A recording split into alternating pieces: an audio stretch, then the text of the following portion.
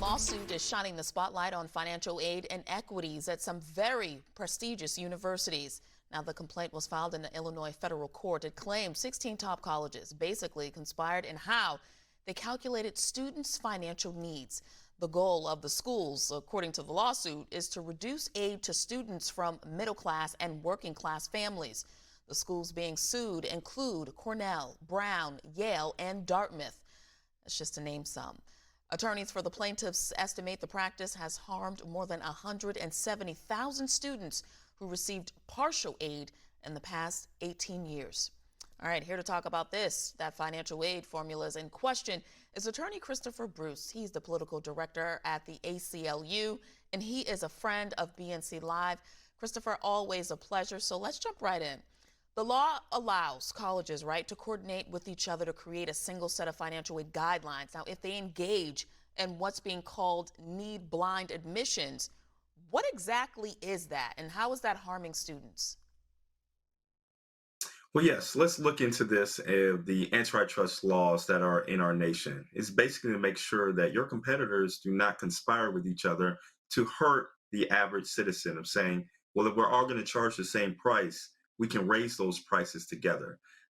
This is an exemption of that law under 568. So this quote unquote 568 cartel is here to make sure that there's still competition amongst these universities and colleges to make sure that they are not conspiring to charge people more.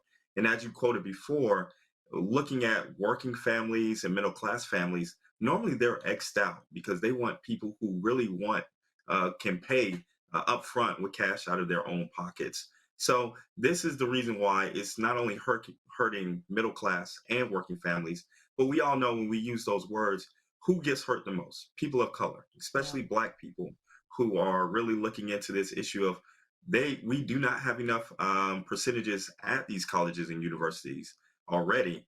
This is just another example of factors that weed out very capable and competent students.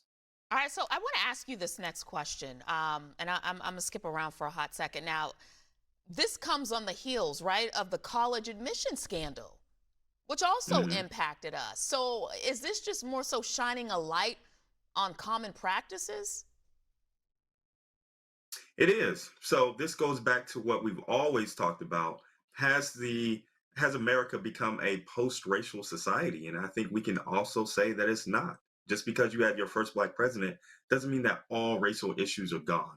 So yes, and it especially happens in one of the biggest tax-paying institutions, the college and university institutions. You get a lot of federal funds going But to these Chris, is this colleges and really universities. affecting just Black people, though? I'd like to, some would say poor white folks are also being impacted, right?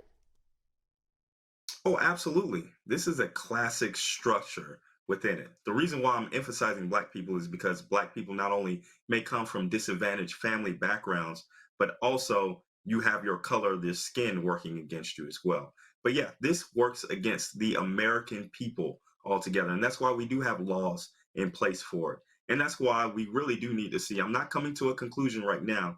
It's hard to file a class action lawsuit. So as we bring out the evidence, you need to make the decision towards it and look at these universities as well and holding them accountable. Yeah, U.S. News and World reported that a list of the universities with the richest endowments actually included Yale, number 2 on the list, $31.1 billion. But they're also being sued.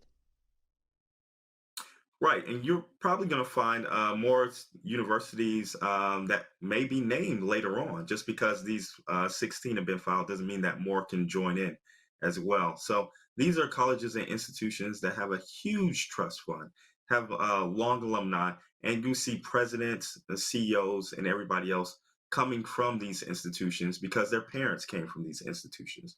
What you typically have are locked out people who come from working class families. And again, Black families altogether who are not part of these institutional section. So it's to really look into the racial structure in our educational system and see is it working for all Americans, regardless of race, class, or creed. All right, attorney Christopher Bruce, always a pleasure. Thank you, sir, for that insight.